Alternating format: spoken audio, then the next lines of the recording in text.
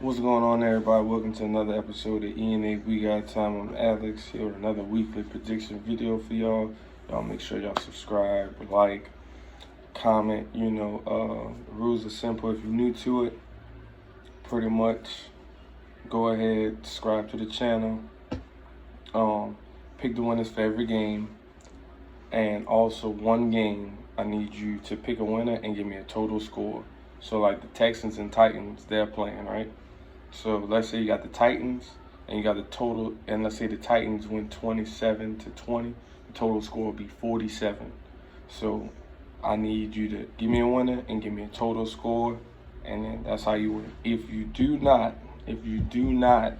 give me a total score, and let's say you get 11 games right, and somebody else gives me 11 games right, and they have a total score, their total score is way off, even though they were wrong about the total score, they still win because they followed the rules. So that's just it. And also, like I said prior, at the very end of the season, we're giving away a jersey to the subscriber who comments and wins the most.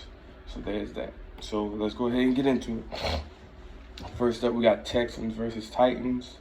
The Texans, I think they're starting to get into a little bit of groove now that they're under new management. Granted, it's temporary, but they're under new management. Breath of fresh air. Titans are coming off a great win against a Bills team a lot of people thought were around the top of the AFC, and they pretty much manhandled them. So I like what the Texans are doing as of last week, but I gotta go with the Titans. Somebody gotta go tackle Derrick Henry. I don't know who it's gonna be, but somebody gotta do that. Next up, we got Falcons and Vikings. Falcons, I'm not entirely too sure if Julio is playing. If he's not, I have the Vikings. If he is, I still have the Vikings. The Falcons, they kind of did the same thing the Texans did. They got rid of upper management, but until I see something, I got to go with the Vikings. Next up, we got Bengals versus Colts. Joe Burrow, he's been playing pretty good for a rookie. Granted, he doesn't have much to work with, but he's doing a pretty good job. Colts, Phillip Rivers this far, I will say it, and you can check my other videos. I said signing Phillip Rivers would be a disappointment, and last I checked, he had more interceptions than touchdowns and went week 6. So, sorry, J. Liv, about that, but I will go with the Colts. I think if they can just run the ball good, their defense is playing phenomenal. They can disrupt Joe Burrow, so I'll take the Colts in that one by a real small margin. Next up, we got Bears versus Panthers. The Panthers are really surprising a lot of people, especially with C-Mac being out. I know a lot of people had them at the bottom of the division to start the year off, or prior to the year starting. How's Teddy gonna play in a new system? Even though he's worked with this quarterback coach, is Christian McCaffrey gonna have to do everything? I just sincerely think they're playing some really good football. They have a lot of good weapons over there. They have DJ Moore over there. They have Curtis Samuel. They just signed Robbie Anderson, who I really like from the Jets. They have some quality receivers over there. So I'm gonna have to take the Panthers over the Bears. I really like what they have going on. And when C-Mac gets back, hopefully they're still in contention for the division. But next we got Broncos versus Patriots. Bill Belichick, he's definitely gonna get the job done. If Drew Lock's playing, I don't really think it's going to matter all that much. But Cam's coming back, so that's another thing you have to look out for. I can't wait to see the Jerry Jeudy and Gilmore matchup one-on-one. But I just have to go with the Patriots. They're just too much better and too better skilled than the Broncos. Next up, we got Chiefs versus Bills. Bills coming off a bad loss. I'm pretty sure they want to prove something that that was a fluke or whatever it may be. The Chiefs, they lost to the Raiders. I'm pretty sure it shocked a lot of people. So I think they're both coming in this game with something to prove. I think the Chiefs are slightly better. Granted, Le'Veon Bell will not be playing, but I still think they can get the job done. Bills didn't have John Brown for that game. I'm not entirely too sure if he will be back, but if he will be back, it'll be very interesting because Henry Ruggs, who's also a burner, really really dug into that Chiefs secondary and got some good things going.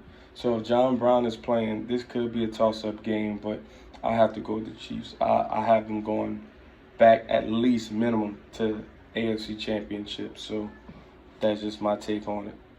Next up, we got Ravens at Eagles. Ravens. I don't really think I need to say much. The Eagles are not really that good of a team. Ravens tend to beat up on bad teams, so I have the Ravens in this one. Browns versus Steelers. Now, I just want to say something real quick. I don't know how long some of you guys who are watching been following me, but I was heavy on Chase Claypool before the draft. I wanted him to get drafted by the Giants. I said, bro, we can get him in the 5th round.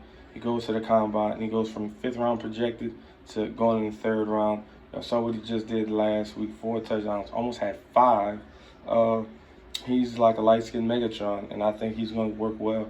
Pittsburgh, all my subscribers who are Pittsburgh fans, listen, the key to victory for y'all. Well, first off, I think y'all going to beat the Browns. Let's get that out of the way real quick. Key to success for y'all, put Juju in the slot and keep Claypool on the outside. Those are your 2 main receivers.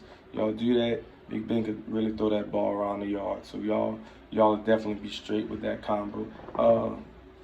I'm just still really not sold on Baker Mayfield. Their run game is incredible. They have Jarvis and Odell there. That's all fine and dandy. But I just think the Steelers are better than them offensively only because I believe their quarterback is better.